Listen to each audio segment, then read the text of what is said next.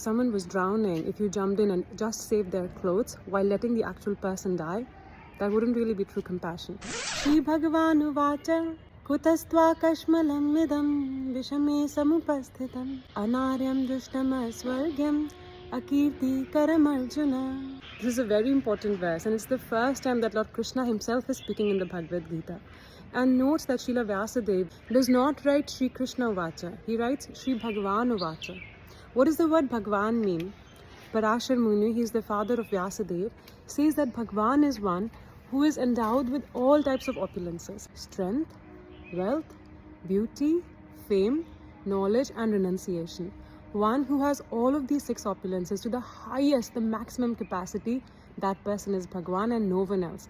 And that's why, to establish Krishna's position as the Supreme Lord, Vyasadeva refers to him as Shri Bhagavanu Vacha. So what is Krishna saying here? He tells Arjuna, Kutastva Kashmalamidam. Kashmalam means dirt. So he says, how is it that all of this impurity has come upon you, Arjuna? And why is he calling it impurity? So Arjuna has been giving all of these reasons why he shouldn't be fighting this war out of compassion for his kinsmen. And Krishna says that this is actually an impurity. Why? Just like if a mirror is completely covered with dust and dirt, we can't see a true reflection in the mirror. Similarly, when our heart is covered with dust of this material world, we can't see our true identity of a spirit soul. And we end up acting on the bodily platform. We end up thinking that everyone is limited to their bodies. Just like if someone was drowning, if you jumped in and just saved their clothes while letting the actual person die, that wouldn't really be true compassion.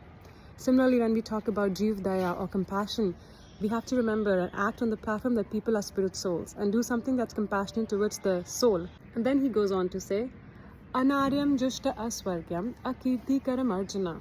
And in these 2 lines, he's telling Arjuna that if you decide not to fight in this battle, you're only going to invite inauspiciousness at all levels, be it for this life, be it for next life, or even for the ultimate goal of human life.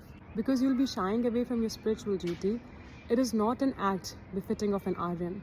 So Anaryam Jushtam Aswargyam. And if you look at the next life, because you've not acted as per your duty of a Kshatriya, you do not deserve heavenly kingdoms either. So there's only inauspiciousness in your next life as well. Akirti Karam Arjuna. People are only going to call you a coward, and there'll be infamy that falls upon you. So even in this life, you're not going to benefit. So very insightful verse. This verse is actually almost a table of contents for everything that's going to come up in 2nd chapter. And a few important things here. Understanding that Krishna's position is that of Bhagwan, what impurity or purity means, and how not fighting in this war would bring about inauspiciousness at all levels. As always, please share your realizations in the comments. Hare Krishna.